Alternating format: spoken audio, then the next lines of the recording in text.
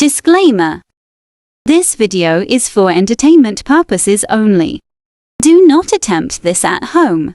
Vitiated how to will not be responsible because you decided to be a cheap ass and not hire a professional. On with the show.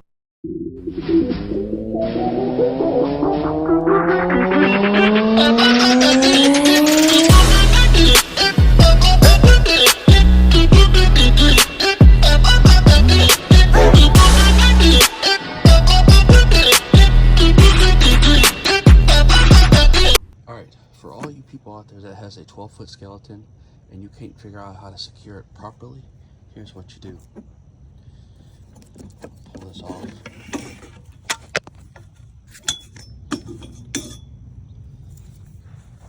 This is called a flat mud ring. And as you can see, I cut it to the dimension of that. And then I drilled the proper holes that I need for the proper steel cable I'm using. And with that steel cable, you get the appropriate cable clamps. It works pretty easy. You take and you put it over. I cut mine kind of half-assed. Oh, wrong direction.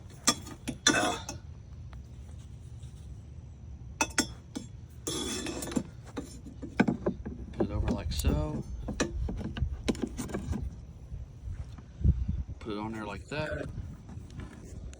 You run your cable through it.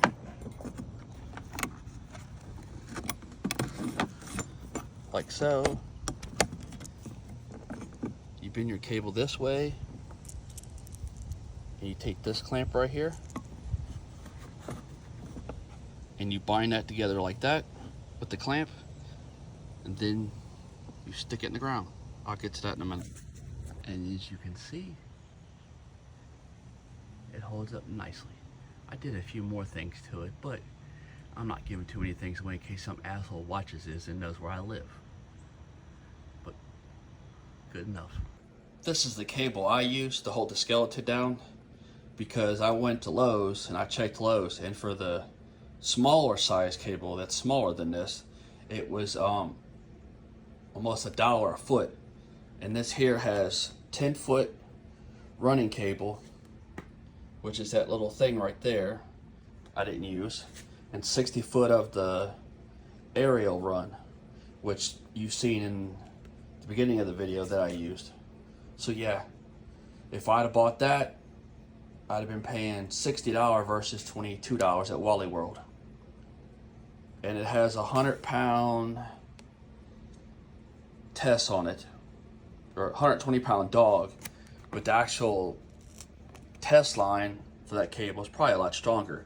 Most of the time, that 100-pound is just reference to that pulley, because those pulleys are about 120-pound resistance. So, thanks for stopping by.